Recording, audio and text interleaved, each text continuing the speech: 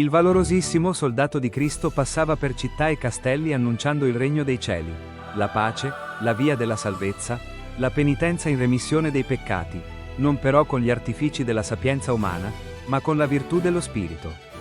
Poiché ne aveva ricevuto l'autorizzazione dalla sede apostolica, operava fiducioso e sicuro, rifuggendo da adulazioni e lusinghe.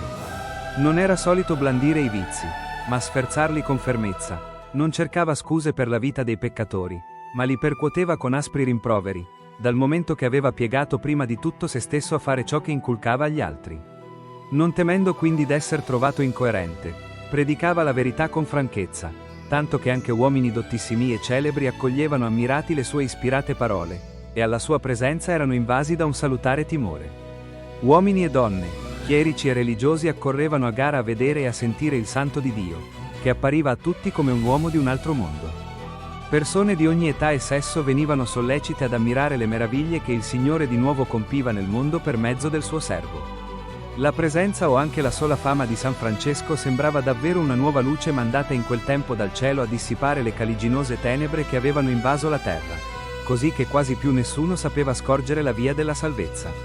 Erano infatti quasi tutti precipitati in una così profonda dimenticanza del Signore e dei suoi comandamenti, che appena sopportavano di smuoversi un poco dai loro vizi incalliti e inveterati.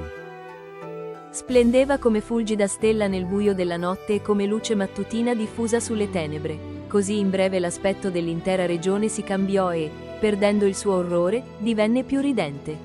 È finita la lunga siccità, e nel campo già squallido cresce rigogliosa la messe. Anche la vigna incolta comincia a coprirsi di fiori profumati e a maturare, per grazia del Signore, i frutti soavi di bontà e di bene.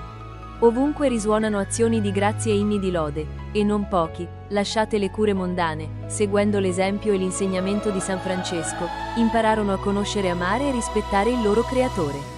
Molti, nobili e plebei, chierici e laici, docili alla divina ispirazione, si recavano dal santo, bramosi di schierarsi per sempre con lui e sotto la sua guida. E a tutti egli, come ricca sorgente di grazia celeste, dona le acque vivificanti che fanno sbocciare le virtù nel giardino del cuore. Artista e maestro di vita evangelica veramente glorioso, mediante il suo esempio, la sua regola e il suo insegnamento, si rinnova la Chiesa di Cristo nei suoi fedeli, uomini e donne, e trionfa la triplice milizia degli eletti. A tutti dava una regola di vita, e indicava la via della salvezza a ciascuno secondo la propria condizione.